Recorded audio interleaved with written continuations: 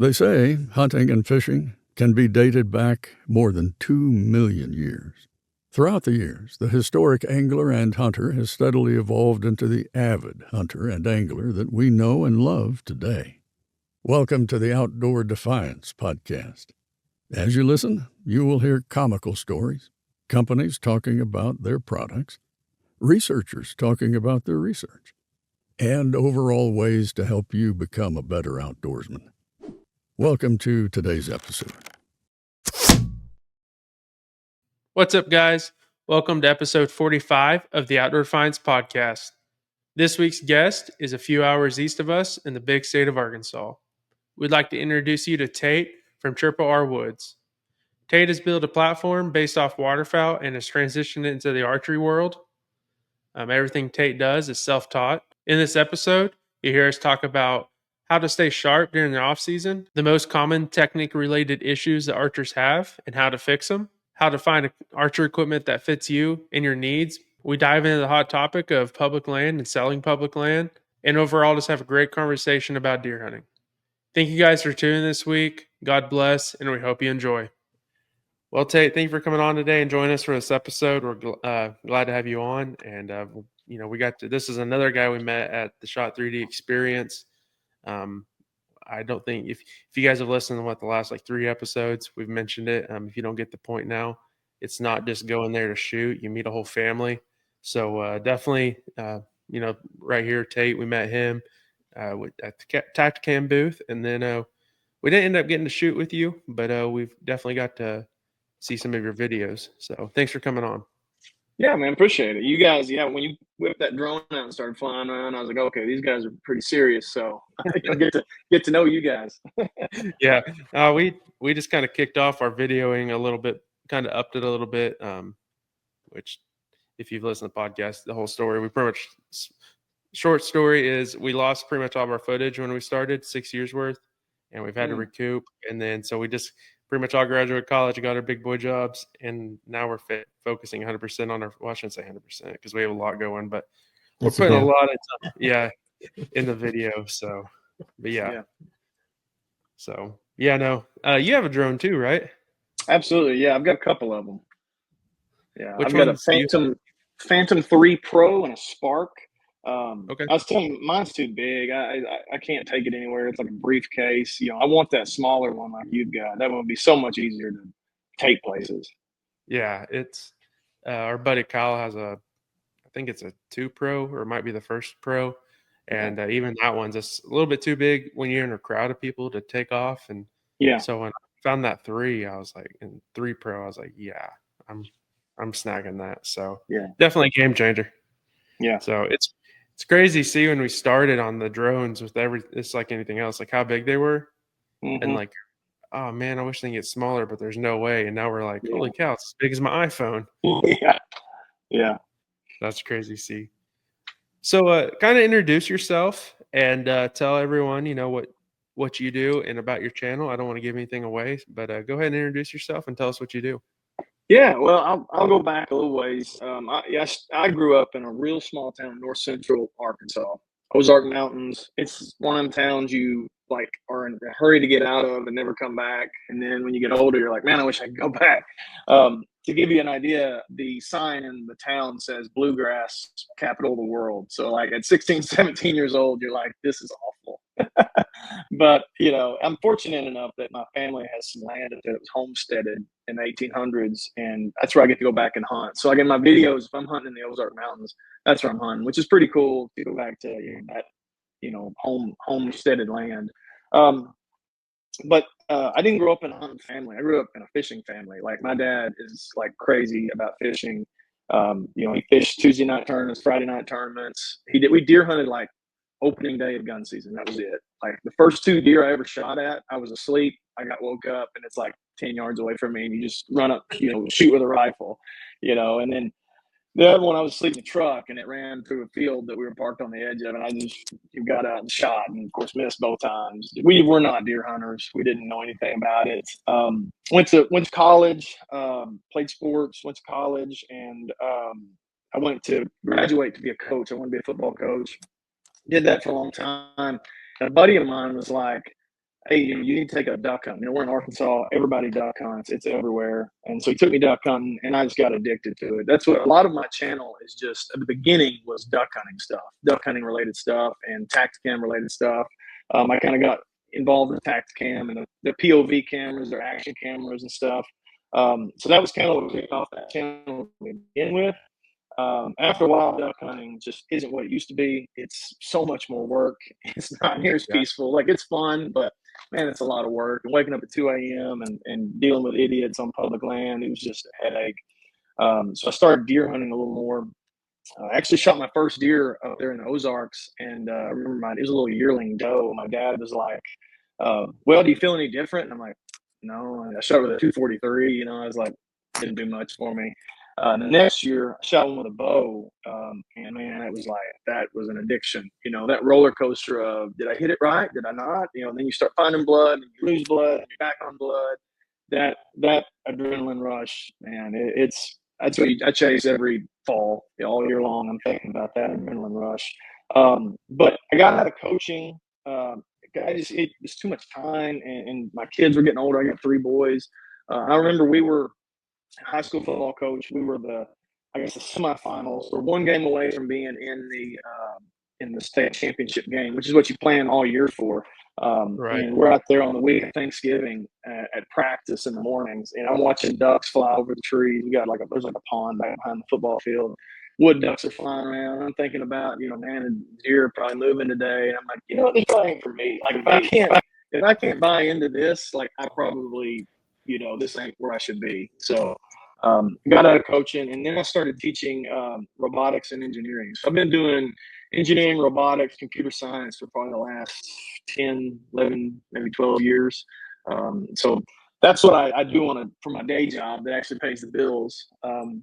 But I started that YouTube channel a while back, and I just have over the years just kept putting stuff on there. I really got into a habit of putting my hunts on there so I can go back and kind of relive them in the summer. Like right now, it's just in Arkansas. I'm sure the same way we all are. It's miserable outside. You can't go outside. So it's cool to be able to flip on YouTube and just be like, oh, I remember that hunt. That was great. You can see like the leaves falling, and just, it just takes you back and just gets you excited. And so I do other stuff, a lot of tinkering and stuff, a lot of bow stuff. It started out all duck hunting, and now it's literally 99% archery related stuff. So, it's just a lot of fun, and it's grown a bunch over the years, and it's started, man. I remember it starting, it was like 25 subscribers, Yeah. I'm so excited about it. And I don't know where we're at now, but it's just cool to keep growing and keep making content. People actually take time out of their day to watch a little bit of it. It's pretty cool. Yeah, it's crazy to see. Like, YouTube, like, has been our hardest thing to grow, and it's crazy to like learn. It's like not really about the videos you put out; it's about the numbers, and that's what we finally had to get over was, well, that's not going to make a good video. And then I'm like, it's all right, we're putting it up. Like, I don't care. So it's some of the best videos I put out. I make them. I put them back, and I wouldn't do anything with them for 2 or 3 months. And I'm like, I probably ought to put that out or whatever. And then it was just like, thousands of views. I'm like, I didn't think this was any good, Yeah. Yeah, it's just funny what people pick and what gets off. And it's just crazy. I don't know if it's really people. It could be algorithm too, a lot to play with. Yeah, absolutely. Yeah. Yeah, it's we actually hit, like, and this is just funny just for people listening wanting to start out. We've had a couple. We have 1 million and a 2 million view Instagram clip, right? And everyone's like, "Wow, you should." That's huge, and it's huge. Don't get me wrong. That's awesome. Like 2 little small town guys, and we hit that, But you go look at it, it's like 50 followers you gained off one, and the other is like 600. And it's like, what happened? I was going to say, Instagram's been the hardest thing to grow, and I post all the time trying to keep that algorithm and stuff. And you'll get something that has a lot of views, and it'll be like 4 subscribers. Yeah. But it is what it is. I don't lose any sleep over that. No, it's like our most outrageous little clips are the ones that do the best. It seems like lately. Like, I put one out that was like Elon Musk, and he said, statistically speaking, and it's like AI thing. So it's like, statistically speaking, if you put corn out, you'll kill a whole lot more ducks. And people just ripped us. And they were like, you can't shoot ducks over corn. I get so many people that don't get my sense of humor that leave comments that are like Yeah. just. I had one the other day about like it's a kid just hitting the back of his chair mad, and he's kind of having a mental breakdown. It's like woke up again. It's 100 degrees, not deer season. People comment on there like it's okay. You find stuff to do that's fun. Like I'm joking, dude. Like, I'm not really crying in my car about this. Yeah. Yeah. At least nobody But- knows I'm crying in my car. Well, not on video. Yeah. I can video it, but I think every day it hits over 95, I cry. So Oh, that definitely. I hate the heat. yes, sick of I it. went then up you to get the Fargo this winter or Yeah. this like February, and it was -40, and I know that's extreme, Yeah, but I was a lot more happier than 120. I could just say that Absolutely. now. yeah. Hot weather's not made for people like me. Me either. So I was kind of going through your videos ever since I met you. Excuse me. I think one thing you do that I've seen here lately is your long shots at the Shot 3D Experience, some tack. When did you transition into like kind of like where I am in a mindset of 80 yards is good and then what made you like go, okay, those 100-yard shots are driving me? Well, I mean, I've always been Total Archery Challenge, and then just found the Shot 3D this year. So every year, getting ready to go to Total Archery Challenge, I go with my buddies. It's just a time for me and my buddies to hang out. I don't even really film much. Like if I film, it's with my iPhone. I don't do much. It's just me and my buddies hanging out, shooting the breeze, giving each other a hard time, and it's just competition. And really, like I want to be the best. We keep score. We pay dollar bills at every hole. So you always want to leave with like the most dollar bills just so you know you won. And really it's just driven by that. Like I just want to beat those guys so bad. So, I hate losing to them. And when I win, I rub it in, and I'm not a good person about winning. I'm to them, I'm pretty brutal. But so I just started shooting as far as I could and just shooting a lot as far as I could. And I don't, ever since I got that software, Precision Cut, and now there's other ones. Any of them are good. That really helped a bunch because then it wasn't like, okay, did I make a bad shot or is my bow out of tune? I can take the sight tape out of it. It's like, okay, the sight tape's good. It's either me, it's my bow, it's my arrows or whatever. And that helped a ton because in the years past, you get 80, 90, 100, 110, 115 yards, you're shooting, like I'm hitting low. Is it me dropping or is it my sight tape's off? Is it I got a bad fletch that's flying weird and making them hit low? Now, once I get a pretty good group that's close to the center and I put it in that software and get me a good sight tape printed out that's accurate or at least pretty accurate. My last one was off about a yard, like 120, 115. But everything from there on was spot on, as good as I could be, humanly possible for me.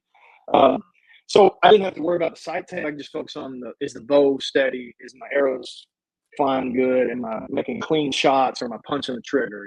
I could focus on the human aspect of things as well. So it just it's fun. I just love seeing the arrow in flight. That's therapeutic to me to just see that arrow, and then it hits right where you want it to hit. To me, that's the most therapeutic thing, So it just kind of become a hobby and a habit. And I just kind of made it a routine leading up to TAC. And then the same thing with Shot 3D once those started. About 2 days a week, I make it a point to go shoot long shots and not just shoot 20 and 30. And it's a pain. I got to sometimes I have to go to a buddy's house because my area that I shoot in is muddy. If I got to go to his house, I got to drive over there, bring all my stuff, bring all my arrows. I'm shooting to a hayfield. It's inconvenience, but it's like working out or anything else. You just got to be disciplined to go do it and make yourself do it. Even when you're like, man, it's a little cold, it's a little windy. I was out there and in one of my videos, I was out there in like coveralls and my like cold season stuff. It was brutal, but it all worked out good. My sight tapes turned out good. Shooting pretty good at some of the Shot 3D events. So it was worth it in the long run.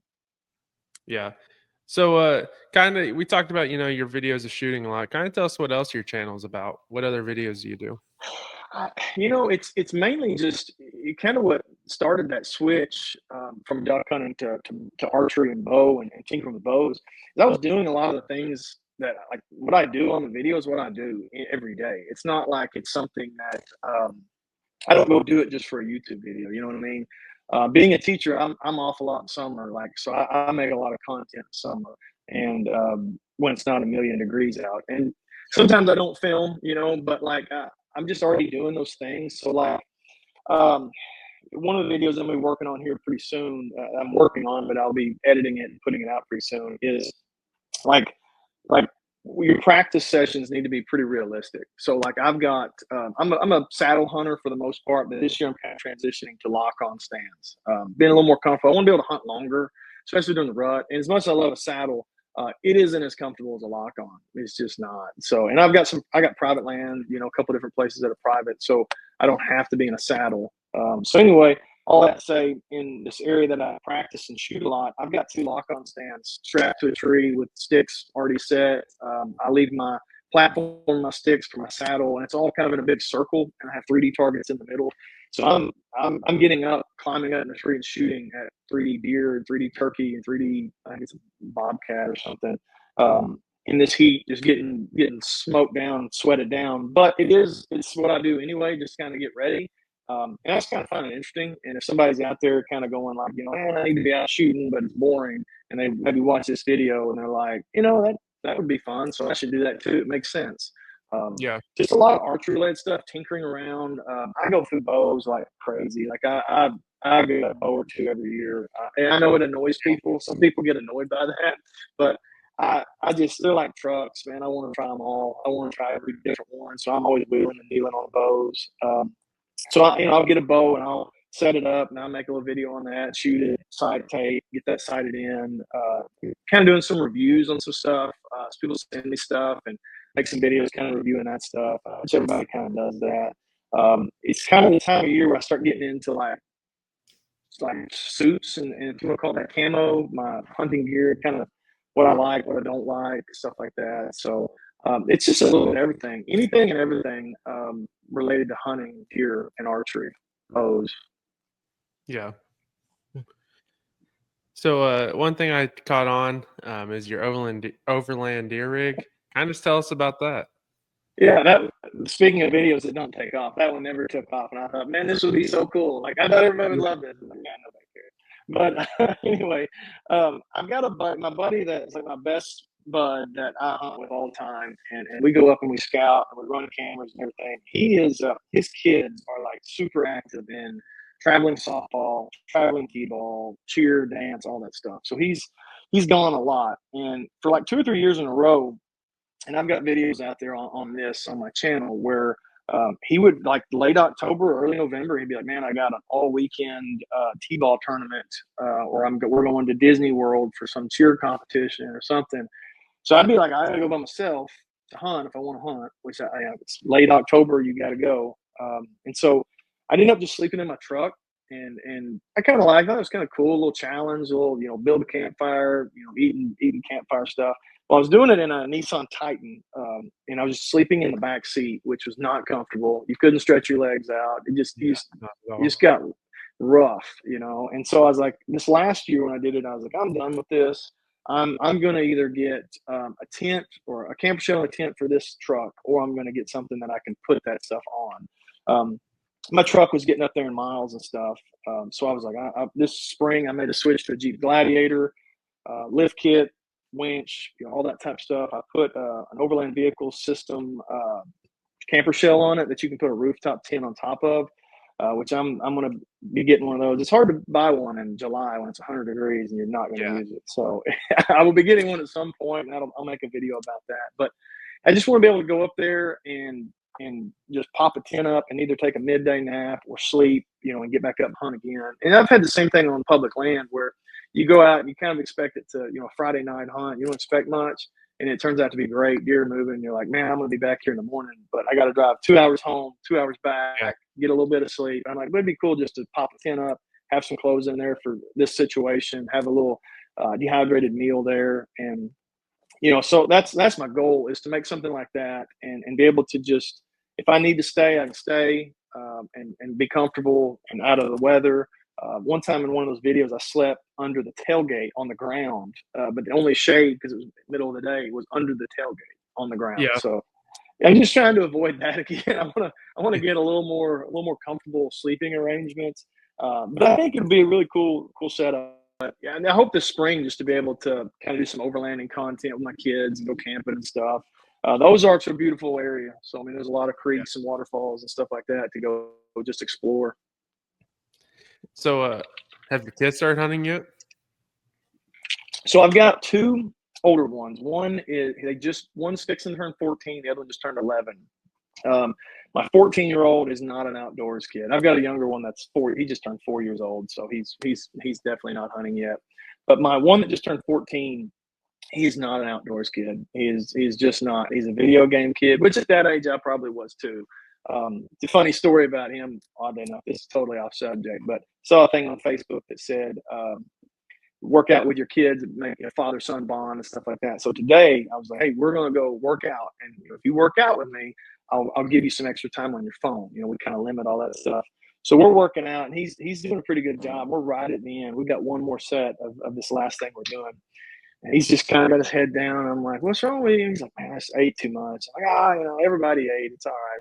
Whatever. And he just blows chunks all over the gym. I mean, so I'm mopping up the gym, like sweep it up, just nastiness. And it was awful. I hated it for him. But so just a random story about him. I'm trying to get him, to do more manly stuff. But they both do competitive archery. They both shoot bows.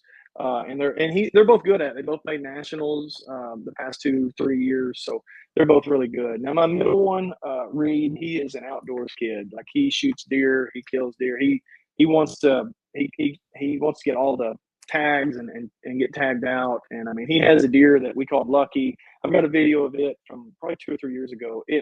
The biggest buck on the farm chasing a doe.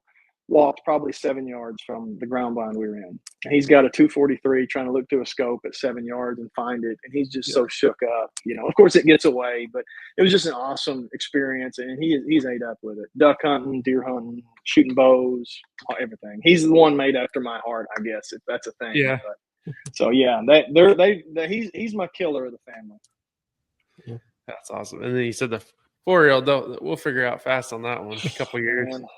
He's just spoiled rotten. He goes by Batman. Like that's what his middle brother named him. He's never called him anything other than Batman. That's all he's ever been called is Batman. Awesome. So if you ask him what's your name, he'll say Batman.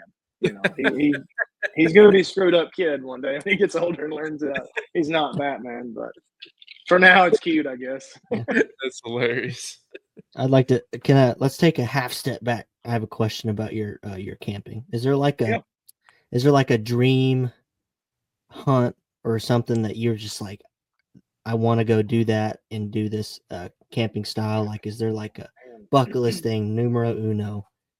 I think everybody in the South dreams about going out and killing elk in Colorado. Yeah. I think everybody, all my friends do, but of course you just can't. I don't have time. I never put in for the tags. I'm not good enough to kill these little dinks here in Arkansas. I don't need to be chasing elk in Colorado or Utah or anything. Something like that, or a Kansas buck hunt. Just something. Just being able to be a little mobile. One good thing about teaching is I'll retire I'll be 50 years old when I retire. So my hope is I still got a few years to be, getting around, whether it be chasing elk or I'd love to follow the migration, the ducks, from the South Dakota, North Dakota area, and just follow them down the Mississippi. Just check some things off a bucket list like that. But, I don't know if I'll ever get to do it or not. But that's stuff like that I think would be cool. Yeah. That's what I've always wanted to rig. I don't know if I wanted like a pop-up camper or what, but something. Don't really want to put it on the back of my truck because I almost travel like a girl. I always have so much stuff with all the filming stuff, and then I take grills. So I just don't think I could fit it in the back of the truck. So I've always thought of, or been trying to think of a way to get set up to be mobile because that would be fun just to be able to the biggest expense on any trip is the hotel or motel. Yeah. So to eliminate that would be awesome. Yeah.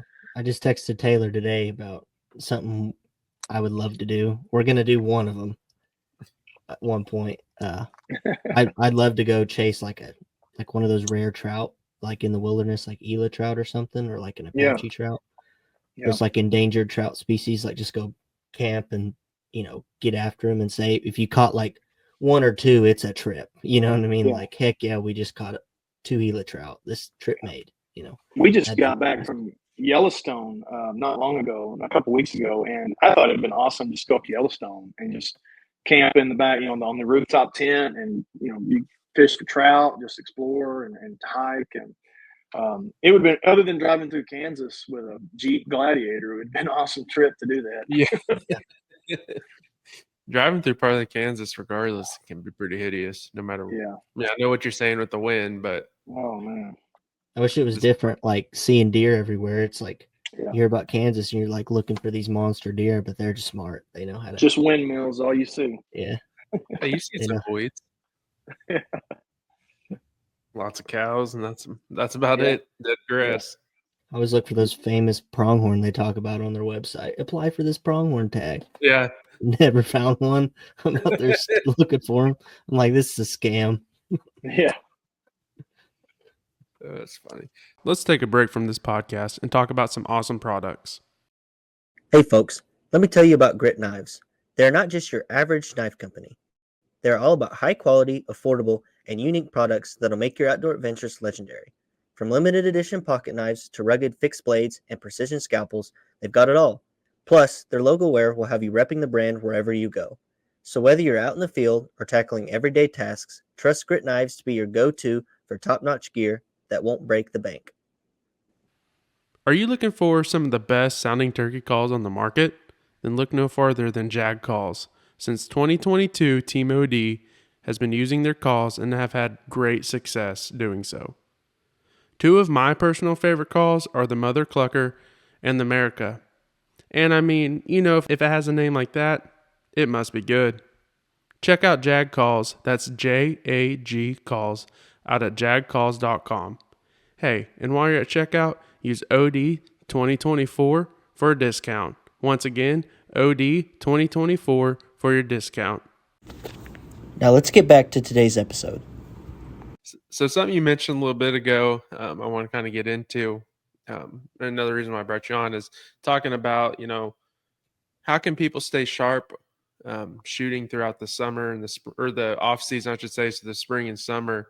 And, I'm trying to, there's a lot of people that still think they need to bring out their bow a month before season. So what are some tips you think or that would help people out to stay sharp throughout the year, the off season? Well, the first thing that we do, and the only reason we did it was to stay sharp, keep shooting, was join an indoor league. Like I said, my kids shoot an indoor league. I shoot in the indoor league. I've got buddies that shoot in the indoor league. It just makes you go shoot. If I wasn't in an indoor league, I probably wouldn't shoot, past December. I'd just put my bow up and I'd pick it up in the spring. But it makes you shoot year round, keeps you pretty sharp. Indoor leagues are great. And my main thing is just shoot with a purpose. Like, don't just shoot because I got to shoot because, if I don't, I'll lose it. Like, if you have something coming up, like shot 3D or tack, you will go and make yourself do it because you don't want to perform bad. And so it's kind of one of those things, like, just sign up for it and it'll make you shoot. It'll make you go practice because you don't want to get embarrassed. And a lot of people don't want to do that. They don't want to sign up. They don't want to commit. It's like, just do it. You'll figure it out later. It's awesome. It's worth it. The shot 3Ds were a blast. So, I mean, just doing stuff like that. And then it sounds weird to say, but tinker and change things. Like, if you're not tinkering and changing some things, whether it be arrows or sights or rest, bows, like I'm always changing bows, it seems like, but it makes shooting fun. It makes you go out and shoot. It's like, I want to see how this performs. I want to see if it's better or worse. Can I shoot better with this bow versus that bow? It just makes you go and practice. Whereas, like, I've got buddies that had the same Matthews switchback from 2001 or whatever, 2002 or something like that. They go shoot it one time before season and like, yep, it's still good, and then they wound some deer, they missed some deer. Their range is 20 to 30 yards at the most. There's just, I hate to say go buy a new bow every year, but even a used bow or just changing your sight up once in a while, changing your release up once in a while, it makes you go test those things, and you can always come back to what you had. If releases are a big thing. Like I go through a bunch of releases, and I'll shoot one for a little while and be like, oh, I don't really like it. I'll go back to the old trusty one. That's a pretty cheap thing that you can change that makes you go out and get some reps in. And you're not like your bow's totally out of tune or anything. You can just go right back to your old one and shoot and be shooting as good as you were before. Stuff like that kind of gives a purpose to what you're doing instead of just, I got to get reps because I'm getting reps. Most people are not that disciplined. It'd be similar to like working out. Like, I don't want to go work out today, so I'm just not. But if there's a purpose and a deadline coming, I think most people will get out and do more. And so things like that, it's not anything, anything major. Just having a purpose to going and shooting and getting reps in. Kind of in a nutshell. What do you think is the biggest reason people may be inconsistent? Like, what do you think is the biggest thing people do that keeps them inconsistent? I think the biggest problem that I see from all the different events that I've gone to over the years and people just shoot with people is most people punch the trigger. And I think everybody does at some point, to an extent, but it doesn't need to be like more often than not. You don't need to be 90% punch the trigger and 10% surprise, or, at least closer to a surprise, I guess, if you want to word it that way. I had a guy tell me one time, like, you can't have a surprise shot. It's impossible. I'm like, oh, you can. Like, just move your hand as slow as you possibly can. It will go off eventually. It'll be a surprise. But anyway, I think that's the biggest problem. People get to punching it, and they'll have success punching it. Like, people will make a thumb button as hot as they can make it, and they'll get back at full draw, and they'll just get right over and they'll just barely touch it, and they'll shoot, and it'll go great. And they'll be like, man, I'm a rock star today. And then 3 days from then, they're moving. It's windy.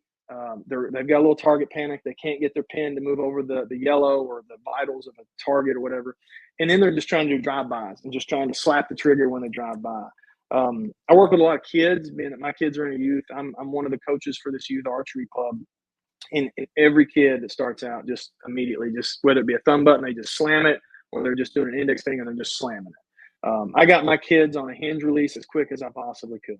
I think they did their first 6 months, maybe a year on an index, and then immediately went to a hinge. And just, there's good days and bad days with everything, with a 10, and a 14-year-old. But for the most part, it helped them a ton to just slow down and just work it as slow as you possibly can. And most people don't have the patience or the desire to go get the practice or the reps in with that.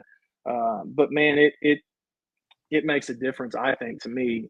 I do think archery's kind of like shooting free throws. Everybody's does it a little different. There's not like a one set way, to do these things. But for the most part, if you just slow down on your release, I think everybody would get more consistent.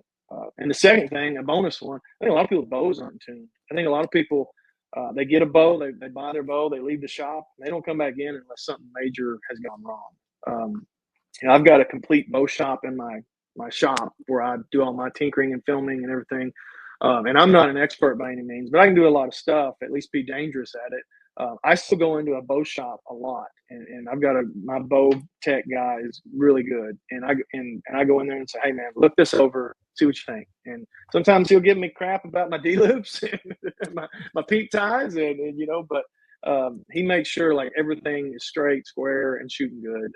So I mean, just stuff like that. Just find a good bow tech that you can go in and you trust and go, hey, look this over or watch me shoot and see what you think. And I think that would fix a lot of people's problems. So do you actually hunt with a hinge release? So that IBEX release that came out this year that Shot 3D was doing from Evolution Outdoors, I saw that come out this year and I was like, man, I really want to try that. And then they actually had one there where I shot for it and hit, and I won it in I guess that was Kansas. So I've been shooting it a bunch right now, but I've shot indoor and I shot all of Shot 3D and TAC with a UV hinge too. And I would love to hunt with a hinge. The problem is most of them won't stay on the D loop. The only one that will that I know of is that Evolution Outdoors. There's pros and cons. Like some of my buddies are like, man, you shouldn't do that. There's going to be a situation where the deer's running and you can't get a shot off in time. Maybe there is, but more often than not, they're just nosying around and grazing a little bit, just kind of skittish, looking around, kind of being still like a deer is. and you got the time to just take your time and execute a perfect shot. So I'm gonna try. I will hunt with it some. I don't know if I hunt every time with it. I also use a thumb button for hunting, but when I use a thumb button, I shoot it kind of like a hinge. Like I wrap my thumb, but then most of what makes it fire is my ring finger rotating around, and that rotation puts that pressure on the peg. If that makes sense. So I Yeah. still have the ability to go, oh, he's moving, he's fixing to go behind a tree, and I can just punch the trigger basically. But I also have the ability to work it slow and do that back tension rotation to make a clean shot where I actually don't punch the trigger. So all that's kind of up in the air, but I will hunt with that Ibex Evolution Outdoors hinge at some point this year. So there's a couple things that you said that kind of you're pretty much explaining me. Before this year, I shot the 2013 model bow. It was a Matthews Helium, and I actually didn't. Last year it blew up on me like 2 weeks in season. I shouldn't say blew up, but it broke. Crazy deal.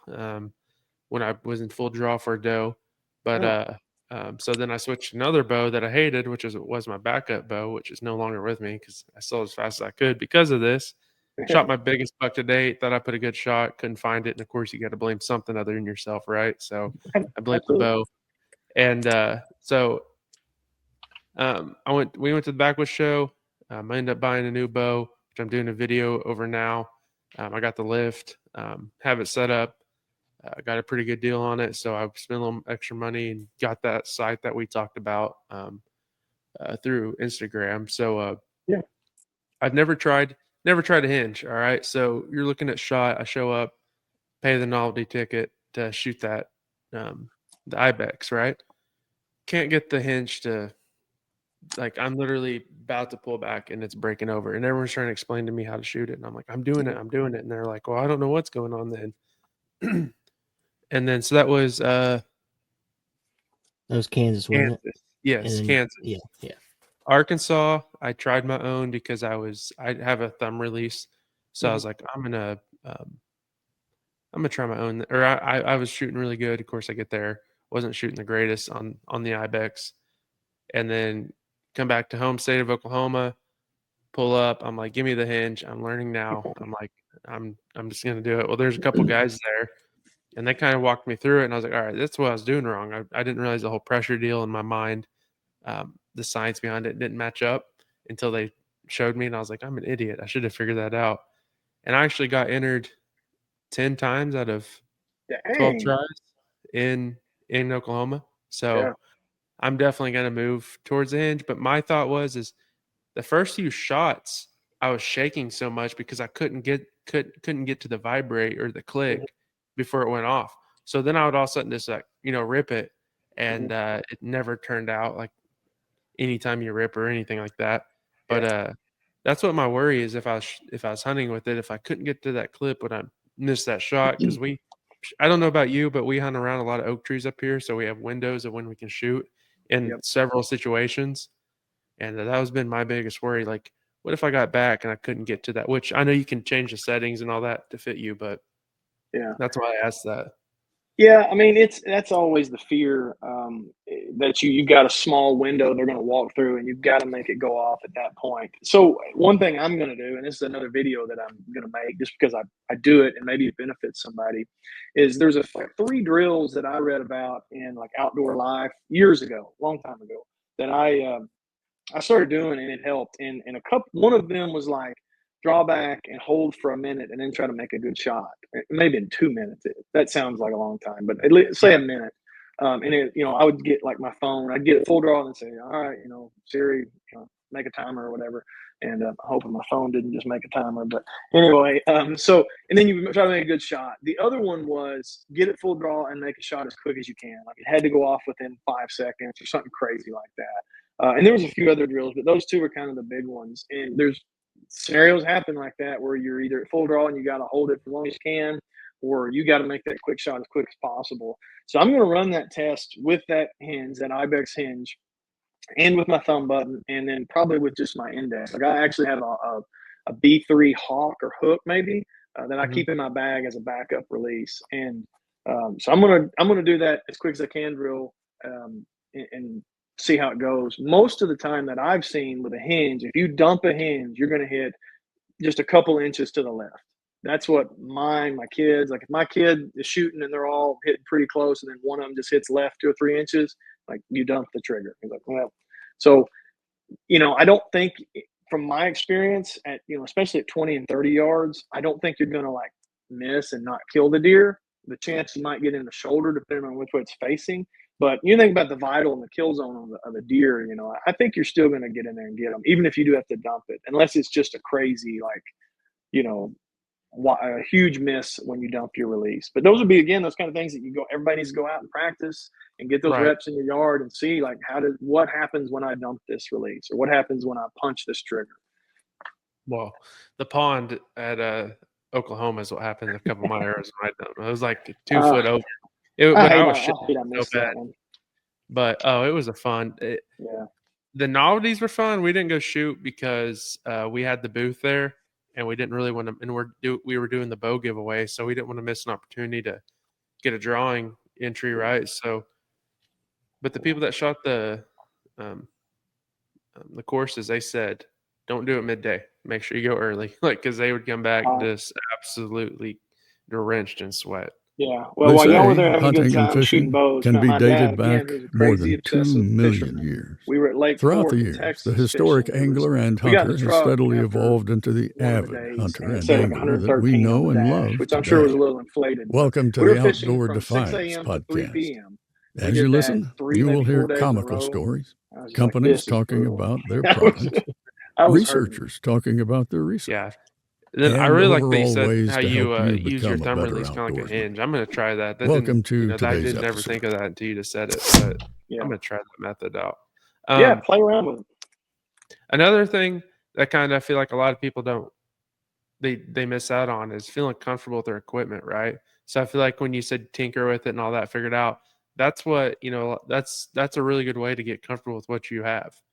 And I didn't really, like I said, it's been the last 2-3 years of my life I've jumped in this archery deal, and this last year and a half I've really started eating it up about more about arrows, more the smaller details. Or I shouldn't say smaller, the smaller details you overlook that matter, that are huge details when it comes time, right? So I could never tell you the weight of my arrow, stuff like that. Before you go buy your $10 arrow and you throw a broadhead you want and you shoot. But what I'm saying with that is I have seen also firsthand, like tinkering with my new bow and putting on what I want, and going from that entry level site to that, going to shoot competition site, that's made a huge difference for me too. I'd never really thought of it like that until I got that site, but just that alone has made my capabilities be able to shoot past 80. I mean, I'm pretty darn good for where I was to now. It's two different people. So I think that's something that a lot of people really need to think about. When you go buy a bow, don't try to short yourself is my theory. If you're going to go buy $1,000 bow, you better be ready to put another $1,000 worth of equipment on it. Yeah. Yeah. Don't put the cheapest little plastic side on the front, get good stuff and get good arrows and make it, a lot of that you can recoup your money in for the most part, at least the majority of it. Like, you don't think of it like, a gun is pretty hard to sell. Like, if I buy a 30-06 and I don't like it, it's hard to move it in this world of Facebook banning everything. I can go on and put my bow sight on there, or my bow. I just sold a Matthews Lift just yesterday. I shipped it out this morning. Great bow. I just have too many bows. I need to get rid of some. And so, I moved it in 24 hours, posted it within 24 hours. Somebody's like, yeah, I'll take it. PayPal me. I ship it out. So, I mean, spend the money, get what you want. It's an investment, because you're not going to lose all of it unless you just, lose the bow or something. You can recoup a lot of your money. I happened to be in the bow shop a couple weeks ago. I hadn't put this video out yet. Some guy come in with a PSC Mach 30 carbon bow. It's like a $2,000 bow. And he's like, man, I'm looking to trade this in, see if, y'all buy it off of me or whatever. And man, we don't really do that anymore. We get too many used bows. We're kind of full at this moment. I'm like, what do you want with that? And we haggle around a little while. We end up a price that's nice for both of us. He didn't shoot compound bows. He was shooting bare bows. He had a kid on the way. He's like, man, I don't need this. I need money. And so I was like, man, you got PayPal? I'll PayPal you the money right now. So I ended up leaving the bow shop with some guys, used Mach 30, and it was just a win for everybody. But it was just kind of like, get what you like, get what you want, spend the money, and make it good, make it work. Right. Well, I mean, also on the flip side of that, you can also, there's different sites, Facebook, there's, hundreds of pages. You don't have to Yeah. buy brand new. You can pick up No. stuff if you wait around. If you don't need it right now and wait around, you can pick up some really good deals. And I've done that on certain stuff too. So for a guy that's listening, it's like, well, I can't dish out that much money. Man, you don't have to have the newest bow. I went with the Lift. I didn't go with the Lift X just because I got a great deal. But you don't have to have the newest bow. I could have pulled that helium out and shot with pretty much any of my friends that I wanted to during that time. And now since we've all kind of take the next step, I couldn't pull that bow out with the setup I had and shoot with them how we're shooting right now. So, Yeah. But part of that was because my sight, I didn't pay attention to my sight. It wiggled, like stuff like that. I never paid attention to that. I started dialing into it, and I'm like, all right, that's why every day I went out, I was trying to move it up this, or then I'd go out and be shooting 2 foot right. And I'm like, I'm a sorry, I'm doing something out here.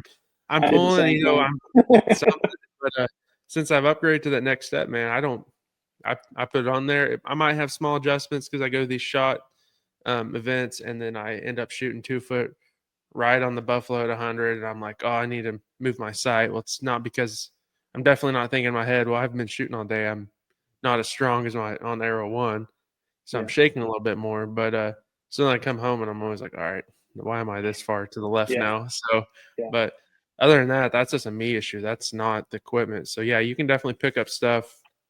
There's all sorts of forums. Most everything I've got is used. I don't have a sight that is on any of my bows that I bought new. Every one of them I bought used. My only arrows I buy new, and I'll try to buy like one new bow a year, and any other bow I've got used. And they work fine. I have no complaints, no problems. As long as you don't get scammed, as long as you're careful, and there ain't no problem with buying used stuff. Yeah. So you said you have several bows right now. What's your favorite one and setup right now you're shooting? Man, so I've got a PSC Dominator Duo 3D and indoor tournament bow.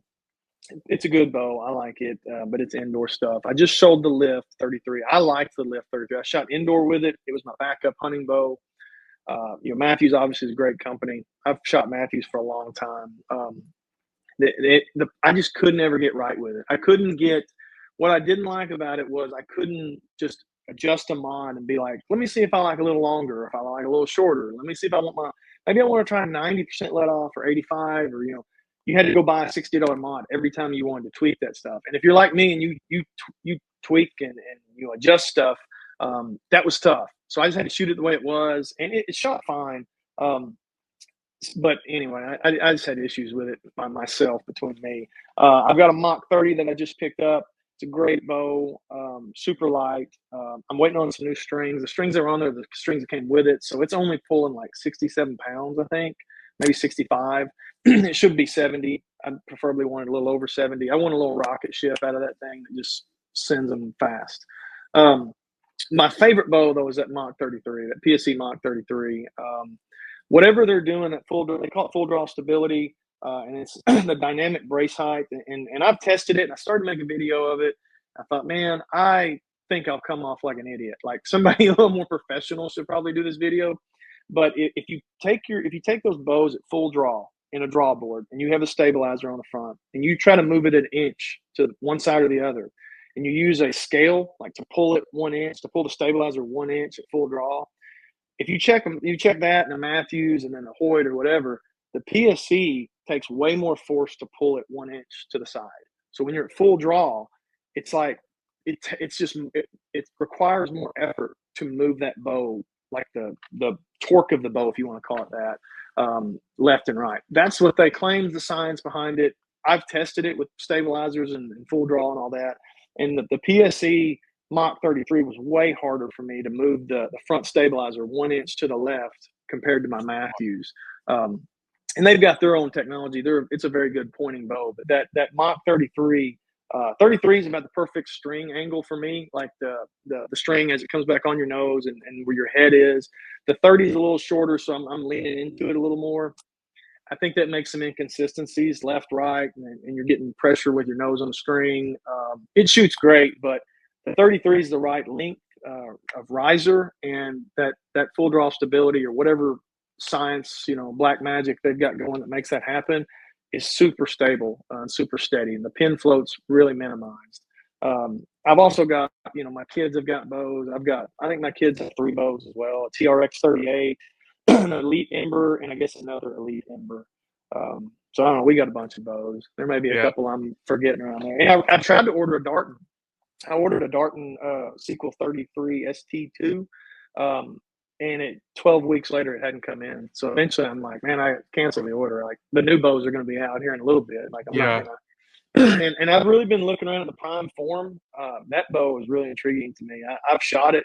It was really ugly at first, and some people still think it's ugly, and it is different. But that thing shoots and draws really good. It's really intriguing to me. I'll probably have one at some point. Yeah, I like the way they look. It's funny you said that because it's kind of like a Jeep Gladiator. A lot of people don't like them, but man, a lot of people are wrong too. I mean, I love the way the Gladiator looks, but yeah, those primes. I don't know. I haven't pulled one back.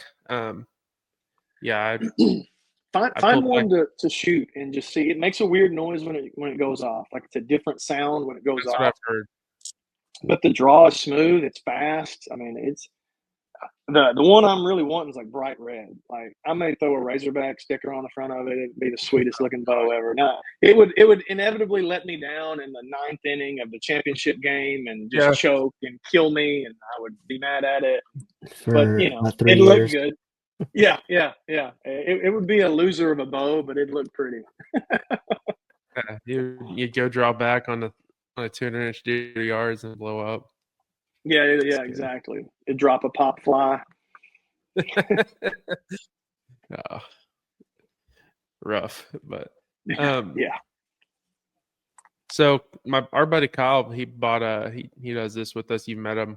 He bought the Mach 33, and he's a huge Hoyt guy, and me and Gunnar are huge Matthew guys. So we were always talking trash. Well, I've gone to his house the last couple of times, and he's like, "Let's go shoot in the backyard." Every time he pulls out that Mach 33, and he's like, "Dude," he's like, "There's just something about this bow." He said, "It's incredible."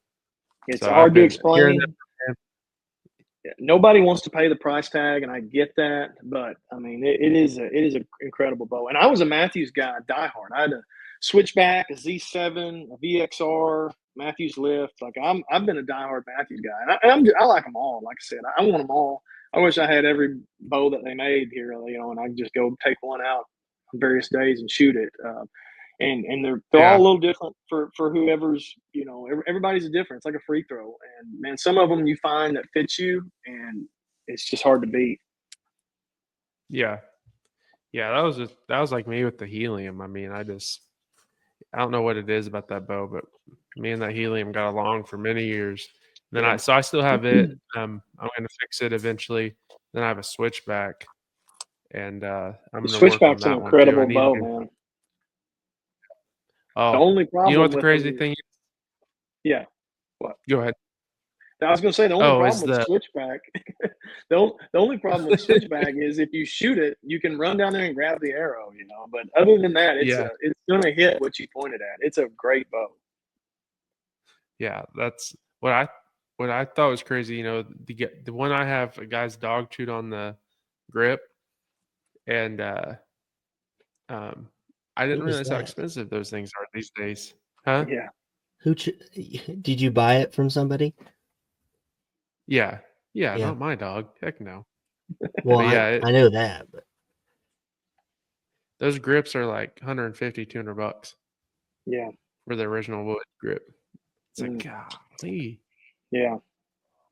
Be tough to swallow on a bow that's how old are they now? 20 years or something? I don't know when they were made originally. I could put the grip on, get new strings on, and be in the hole instantly. Yeah, but you'd have a sweet bow. I mean, it'd be a killer. Quiet, forgiving. Yeah, but it is slow. My brother had one. I remember back I've only ever had 3 bows: a diamond, a chill R, and now this Lift X that I got. That's a good one. The Lift X is a stud. I like it. Those chill R's are pretty. So let's kind of break off the whole this archery shooting deal. Another topic I want to go over you with is public land hunting. You do much public land hunting, or what's your I Yeah, guess. yeah. So I've got probably 2 or 3 places that are private, and it's like within a 5-hour distance across the state. So I'm north central, north, and then eastern part of the state, just different areas that I hunt. And so, like I said, last year, my buddies' kids they're traveling sports all the time. So I didn't go to the north central area, the private land up there. I run cell cameras up there. And we weren't getting, normally early season they're on food. So if you're not getting them on food, like they're not there, don't waste your time. That's a Right. whole nother story. But anyway, I wasn't getting them on the food on the cell camera, so I didn't go up there, by myself. So I hunted a lot of public land around me. And again, I've got videos of this stuff on my channel. And so, yeah, I hunted a lot of public land early last year and then again late. That's kind of the rut in the Ozarks is early compared to the eastern part of the state, kind of the southeast part of the state. It's normally like a week or 2 weeks before. So I hunted it early and then I hunted again late.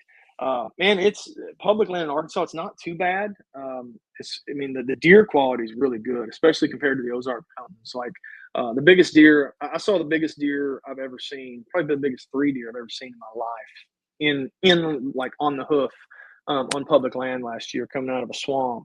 They were 60 yards away. I mean, I couldn't get a shot. Come back, and they weren't there anymore. They were some real deal studs. And in the Ozark Mountains, they still seem to get as big. They don't have the soybean fields and all that. So there's some big ones, but they're not like the Delta deer that we have around here. Yeah. But yeah, I hunt every year. I'll hunt on public land. It's the highest of highs, the lowest of lows, man. Like when you kill one or you see one on public land, it is like the highest of highs. But a lot of times Yeah. you go out there and you get your feelings hurt because you're not seeing anything, and you're like, this is stupid. I just sell all my stuff and not hunt. um, Yeah. but we don't have a ton of, like, Arkansas does a good job with our public land. It's not just a big vast public land. Like they've got the roads and the food plots and stuff. So there you can get all in the 20,000 or 15,000 acre WMA and you can hunt anywhere in there. And some people just want to hunt on a field edge right off the road. Plenty of that. And so, like, my philosophy on it is you got to get to where other people don't want to go. I killed a 10-point last year, like on October 8th on public land. Actually, oddly enough, I can thank the Razorbacks for that because they were losing a game they shouldn't. I was mad, pissed off, and I was like, I'm just going deer hunting. Screw them.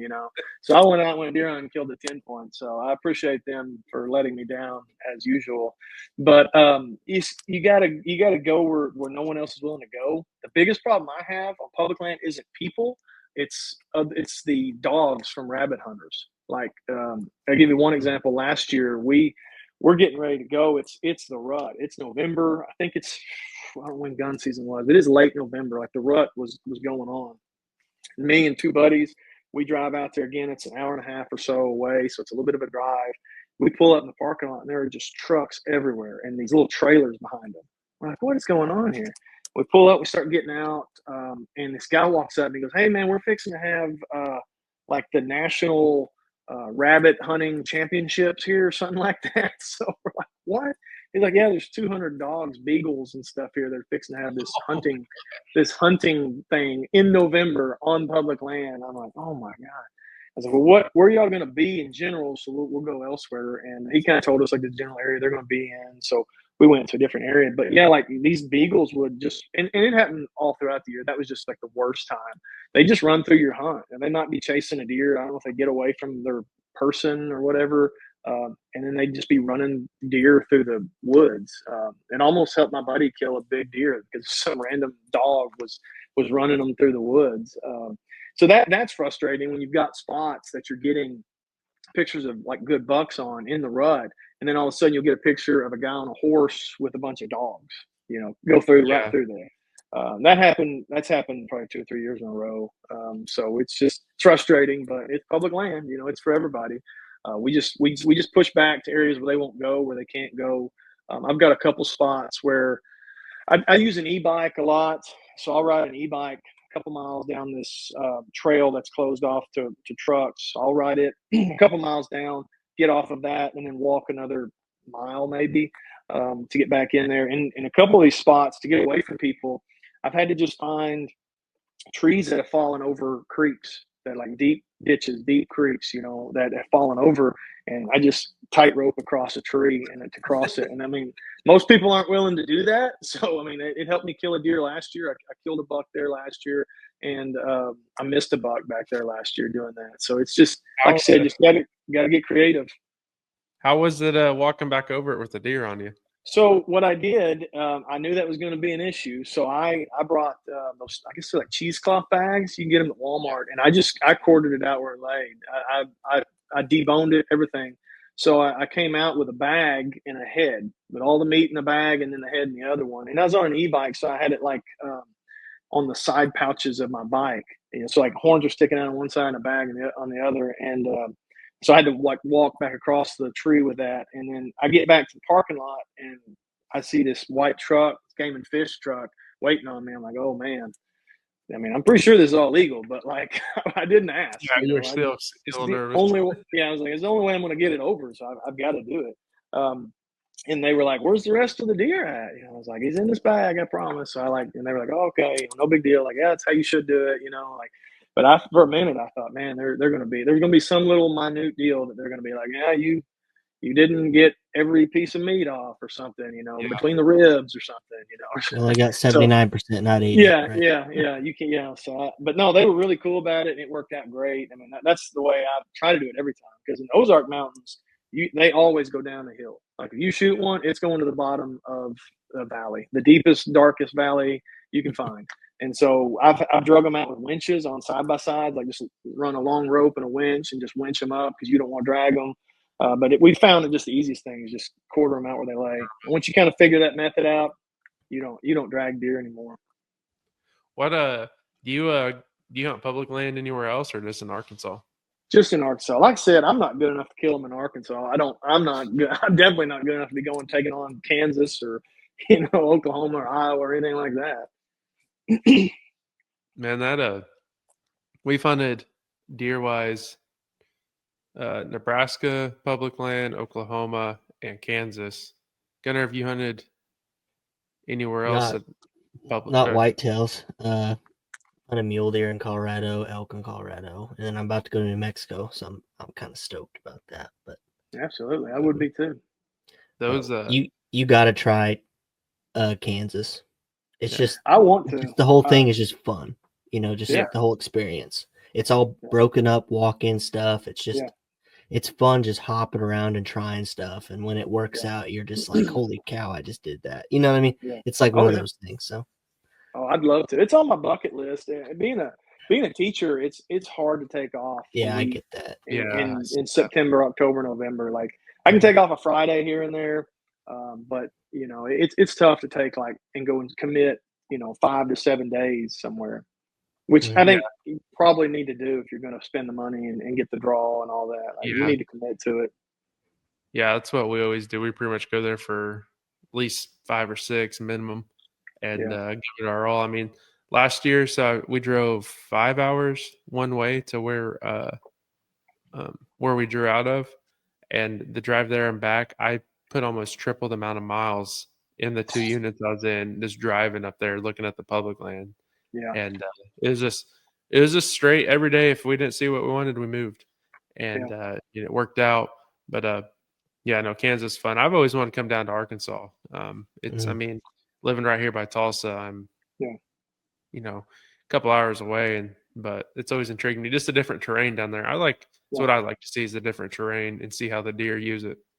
Yeah, well, I hunt the Ozarks and I hunt the Delta swamp, and I prefer, I think it's easier to hunt the Delta swamps. Now there'll be somebody on the eastern part of the state that'll say you're wrong and yada yada, but I mean, them mountain deer are tough. The winds, the thermals. They've got it all, every advantage is to them, whereas the Delta ones, I feel like, I can move around easier, quieter. I don't have to climb a mountain. The thermals and wind isn't necessarily in their favor all the time. So I mean, we've probably seen. I know we've seen bigger deer. We probably see as many deer hunting public land as we do our private land. Yeah. Wow. That's awesome to hear.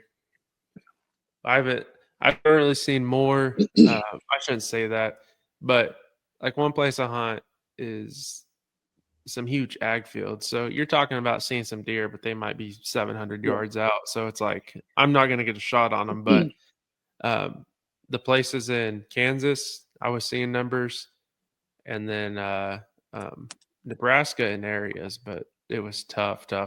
You would see numbers in Nebraska, but just not size at all. Like you're talking spikes, fork horns. So, yeah. Well, the Ozarks, again, it's big woods. I mean, I'm not hunting any fields, but like 25 yards, probably the most you could shoot. It's just so thick. And I had my target buck 2 times at 25 yards through the brush. And it's on a video. You can see it's like, man, and it's gun season. I'm holding the bow. You know, if I'd had a gun, it may have been muzzleloader, but if I'd had a, you know, what is it, a 450 or whatever they're letting you use now for muzzleloader, I could have killed him twice. Just carrying a bow out there like an idiot, I guess. I don't have him on my wall, so he's, you know, he won in the end. But it's thick, it's tough terrain. I like it better because of there's less snakes and less bugs. The mosquitoes aren't near as bad, and there's not as many cottonmouths. No, yeah, I didn't think of that. What do you ever chase black bears? You know, we don't chase them like on purpose, but they're a nuisance. Like I was listening to Clay Newcomb on a podcast the other day, just going off about how he loves them, you know, and just you know, I'm assuming y'all know Clay Newcomb, right? Yeah. Arkansas guy, just loves them, and he's just going off about how they're majestic and, you know, romanticizing this. I hate black bears. I wish they would go extinct. All they do is destroy things. They destroy cameras, they destroy feeders, they run deer off, and they eat fawns. I don't know why we've like accepted them as they're this great thing and we love them. They're like a hog, if you ask me. I hate them. A raccoon mix. Yeah, exactly. We've got them, and I mean, we can't. So the Ozarks is CWD zone, so it's a whole deal. But you can't put food out, and then when you put food out, if the bears are still around, if they hadn't they don't really hibernate, but if they hadn't moved to kind of where they get nocturnal or whatever they call it, they'll just go and just they'll knock your corn feeder over, rip the mechanism out, and then just lay there and eat it. And the deer won't come around them. They're skittish around, like they spook all the deer away. So, I mean, you know, we don't I'd love to kill one. I'd love to kill them all, you know, if I could, but, you know, they frown upon that. But if, you know, if they come out early season, if they're around us, you know, obviously we'll try to take one, but I've never set out donuts and baited them or anything. They generally leave when the deer season starts. I guess our pressure up there, you know, like our vehicles and just our scent, they don't stick around. Like they disappear until next spring, but man, when they are there, they're a nuisance. Yeah, I can imagine. Have you ever shot one? No, never. I've never seen one live in the woods, and we've seen them all the time on cameras. They must be so smart, or so they smell so much better than a deer. Like we'll see. I've seen 3 at a time on one camera, just, you know, climbing trees, destroying feeders and stuff. And then we'll go up there and we're riding e-bikes. We're scent control like crazy, slipping around, and we never see them. It's weird.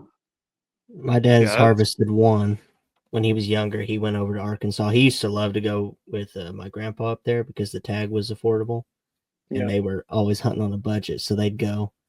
Arkansas used to give a couple tags and a bear tag, and they just go for a week and go hunt. And he harvested a bear there.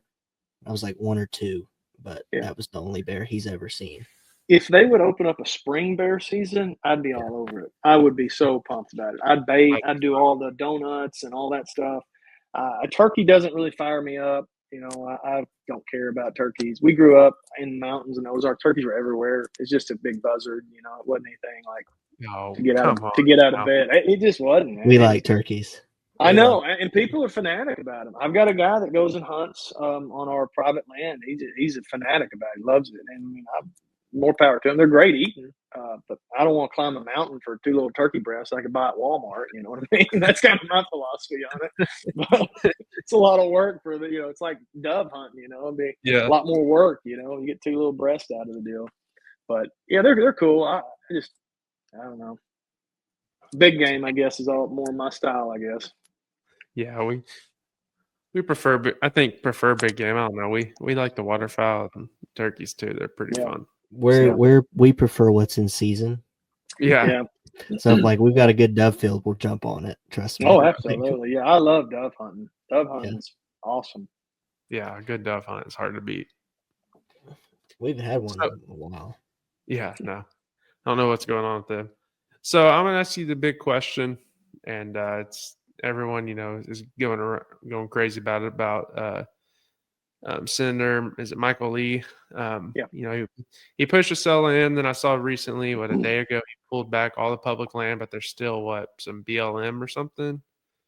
I didn't see that. Or did he fully take it off? I thought it was all public land was out of the bill, but I don't know. I haven't really dove that far into it. I've just based off the post I'm reading.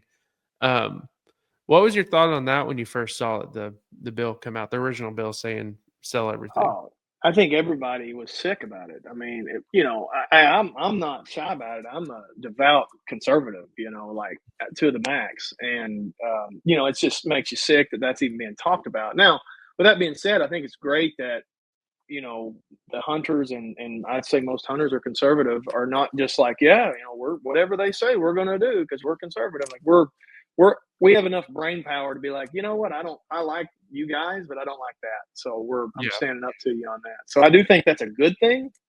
I wish it wasn't, over this, but I think it's good that we're able to, be like, I like what you're doing, 99% of it, but we're not supporting that. And we're going to stand up against that.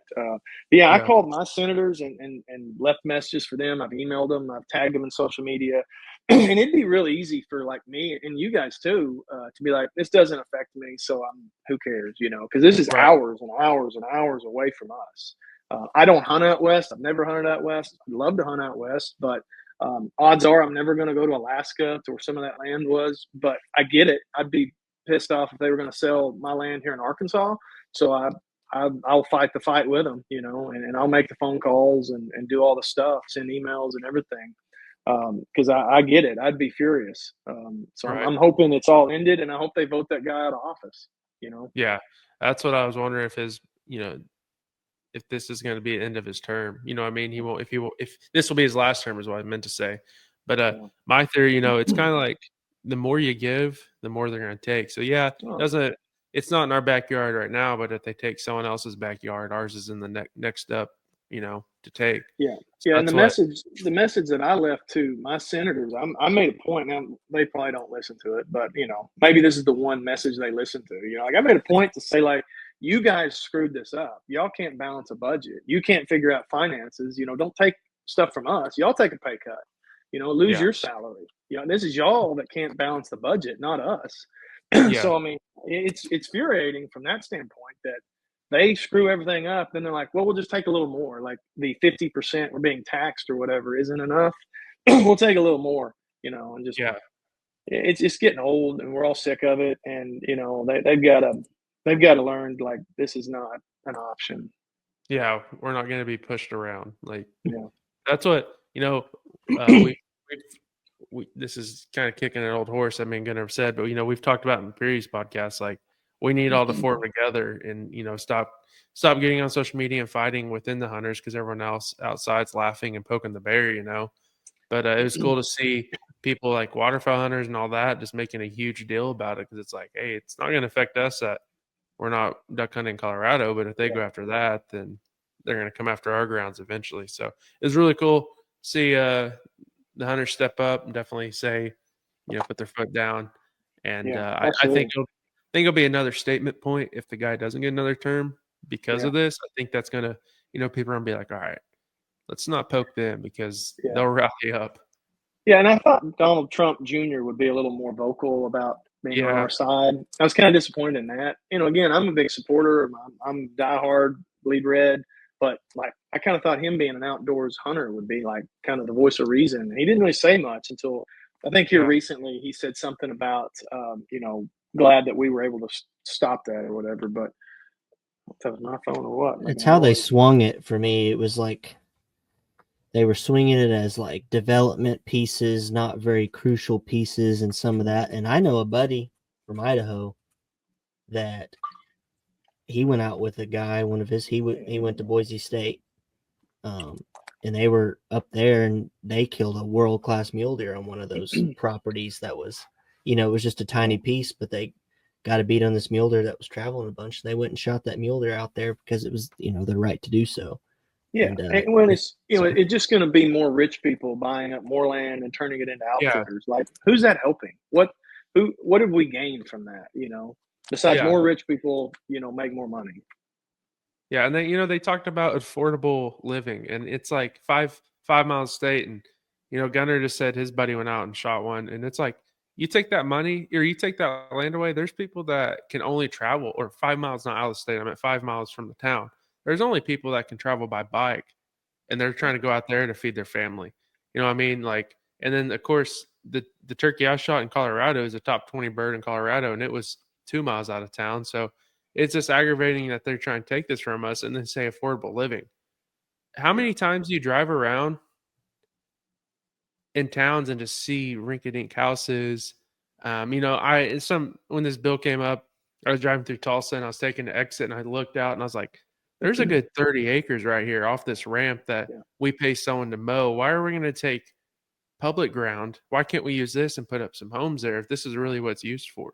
Yeah. And, people are going to say safety, but there's plenty of houses in Tulsa that are closer than that to road. So don't pull the safety issue on me.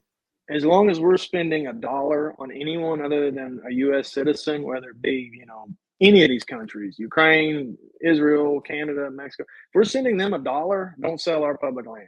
You can always pull that back. And then, if the selling the public land is the difference between us speaking Chinese or not speaking Chinese, we'll have that conversation then. But until then, that's not an option, Yeah. Yeah. And like I said, there's so much stuff we could do before we have to start chipping away at that. Yeah. I mean, there's so much wasted spaces. How many government buildings are falling in that aren't being used that we could bulldoze if the money was there? If we needed to sell it for affordable living, why can't we sell that property for affordable living? Like, sell it for cheaper. I mean, it's still land, and it benefits people because now they're not having to drive 5 miles out and 5 miles back. If it's for affordable living, it's for people that need help. So why are we making them travel 10 miles round trip to be able to go to the grocery store? Minimum. You know what I mean? Another option is let's get the economy better to make jobs, and people don't need affordable living. They can buy more expensive houses, with their better income, Yeah, but I don't know. That one right there, though, that's going to be almost impossible. So I won't go on my horse on that one, but we've trained a certain part of the country to be able to do what some of them need it. Don't get me wrong. I know people are going to hear this and they're going to be like, there's people that, did this and did that and need it. And there's people that do. I get it. I've seen it firsthand. We do stuff with veterans. We do stuff with kids. We see the firsthand people that need it. But it's people that are like us that are choosing to live like that because it's free and they get to not have to do anything, are the people that shouldn't benefit. So before anyone comes at me, just know where I stand on that one. So, yep. But yeah, no, I was hoping we'd be able to get, or I shouldn't say hoping. I was kind of excited to ask you that question, but then I'm really excited because it's something that we really have to answer because it's already been answered by us. So yeah, that's the most important part right there. Absolutely. Yeah. So going on for the year, what are you doing for like this part of the season for your deer, for like deer management? And then do you have any other hunts coming up? I know you said you don't travel, but do you have any, you're just going to stay in Arkansas and do what you do there, or what's your plan there? Yeah. So Arkansas will have, but it's not a velvet hunt. It's an early season hunt. It's like September 4th or 3rd or something like that. So that's coming up pretty quick. Dove season will be starting then. My dad, while he's an avid fisherman, he's an avid dove hunter. So we'll be out there. If it's 110, we're out there dove hunting. So we'll, September is, even the beginning of September is busy. What I'm kind of doing right now is, so our Ozark Mountains property up there, we kind of learned, I was talking a little bit earlier about we had cell cameras on food and nothing was really coming to the food. So, I didn't hunt up there, but we run a lot of cameras. Like, there was a podcast that Levi Morgan was on, it may have been Wired to Hunt or something. And I remember seeing like, oh, Levi Morgan's on this Wired to Hunt podcast. I'm going to learn so much about deer hunting. And like the very first question that whoever it was asked him, like, well, what's the secret to killing big deer or whatever? He's like, run a lot of cameras. I don't think he said cell cameras, but run a lot of cameras. I was like, well, it's not like I thought it was going to be some kind of great secret about wind and thermals and all this stuff. But he's like, run a bunch of cameras. So ever since then, we really invested heavy in cameras, like not just cell cameras, but like me and my buddy, between the two of us, we probably run 75 just regular cheapo cameras, Tascos, wild game, just cheap ones. And one of them I had in an area, it's a ridge top that has just grown up. It used to be a field, but now it's just a jungle, like thorns, briars, everything. And there's this one area I had a camera in that used to have a scrape, and I have a scrape every year. So I started putting a camera there. And last year, didn't hunt there for 3 or 4 weeks. And we finally go down there once all the T-ball and softball tournaments were over. Me and my buddy go down there, and I pull that camera. And I had the biggest buck on the farm, as well as a bunch of others, daylighting in this one little spot on this trail, like 8 of 10 days or 9 of 10, 11 days, like basically every day, daylighting in the daytime. Didn't have a cell camera there. So this year I made a point to A, put a cell camera there, but B, I'm turning that into like a funnel. So I'm out there with a Roundup and like a electric hedge trimmer, like trying to make this one section of this thick grown up ridge top where it's crossable. So if a deer wants to get from the north side of this mountain to the south side of the mountain, this is the easiest path to go.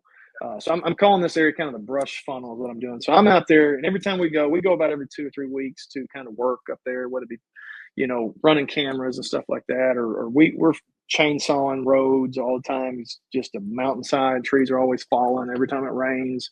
But so this brush funnel, there's only one road that goes up there, and they travel on that road. So I'm having to cut out a trail on the backside of the brush to get to the tree I want to hunt. So I'm not walking on their trail.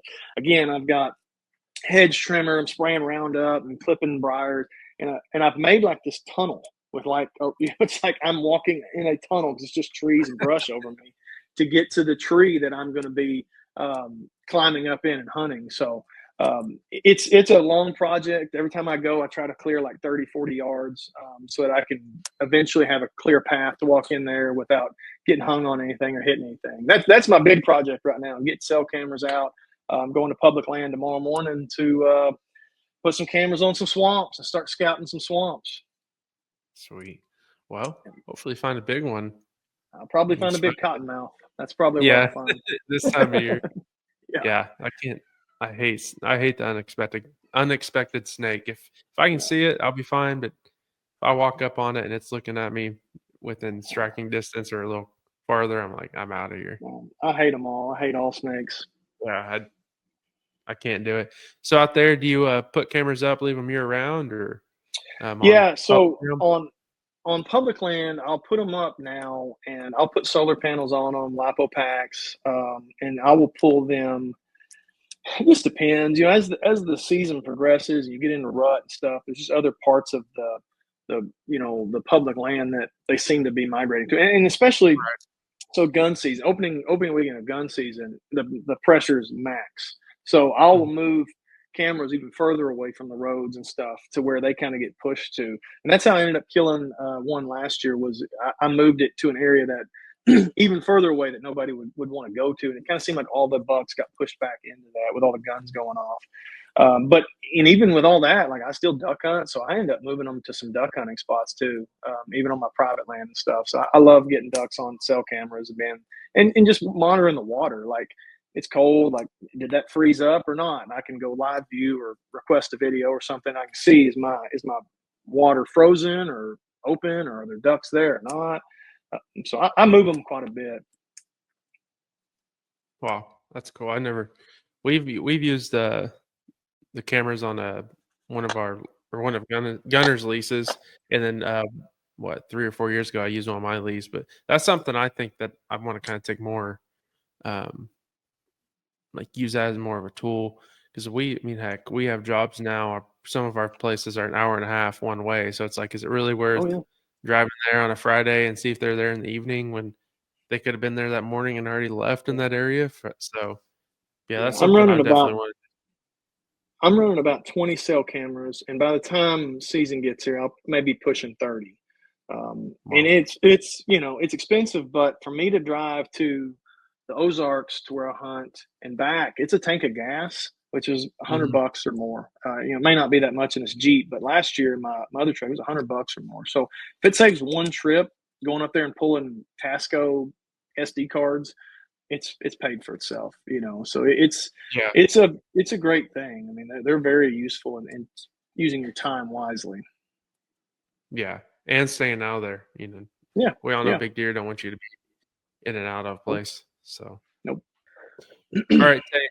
Well, thank you for coming on today's episode. It was great to talk to you about all the things we did, and I think we gave some great detail to people. For anyone listening that wants to look up your channel, what are your handles for your YouTube, Instagram, and Facebook? So on, I only have YouTube and Instagram, but on YouTube, it's Triple R Woods Outdoors. It's like a green circle, like you can't miss it, bright green. Instagram, same thing, Triple R Woods Outdoors. Just go check those out, and like, follow, and hopefully it'll be something that interests you. Yeah, absolutely. I spent some time watching your videos, and it's like I unexpectedly learn something when I don't expect it in the video. I'm like, oh, I'm gonna watch him do this, and then I watch it and I'm like, man, I never thought of that, just like the thumb release a little bit ago. So yeah, you guys definitely go check them out. Tate, thank you for coming on today. Made a great episode. We'll definitely have to get back together closer to season and make another podcast. Yeah, appreciate it, guys. Have a great time. Thank you.